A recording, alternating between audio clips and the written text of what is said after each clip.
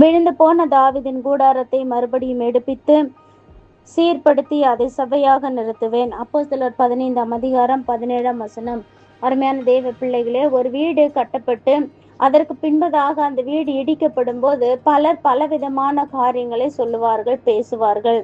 ஆனால் அதே போல நம்முடைய வாழ்க்கையிலும் கூட இடிக்கப்படுகிறதான சூழ்நிலை வரும்போது, விழுந்து போகக்கூடியதான சூழ்நிலைகள் வரும்போது, ஆண்டவராகிய தேவன் சொல்லக்கூடியவராய் இருக்கிறார், மறுபடியும் எடுப்பித்து சீர்படுத்தி அதை செவ்வையாக நிறுத்துவேன் என்று சொல்லி உங்க வாழ்க்கையில கூட எந்தெந்த காரியத்துல இடிக்கப்பட்ட சூழ்நிலைகள் காணப்படுகிறது?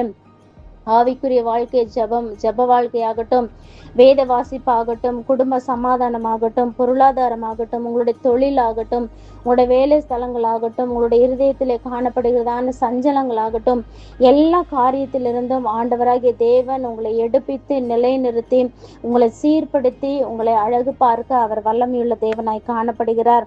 அப்படிப்பட்ட தேவன் நம்மோடு கூட இருக்கிறார். எனவே எதை பத்தி கவலைப்படாதீங்க. உங்களை சீர்படுத்துகிறவர், உங்களை செவ்வையாக அதை நிலைநிறுத்தி அநேகர் பார்த்து ஆச்சரியப்படும் வண்ணமாக உங்களை உயர்த்த அவர் வல்லமையுள்ளவராய் இருக்கிறார். தைரியமா இருங்க, விசுவாசத்தோடு இருங்க. God bless you.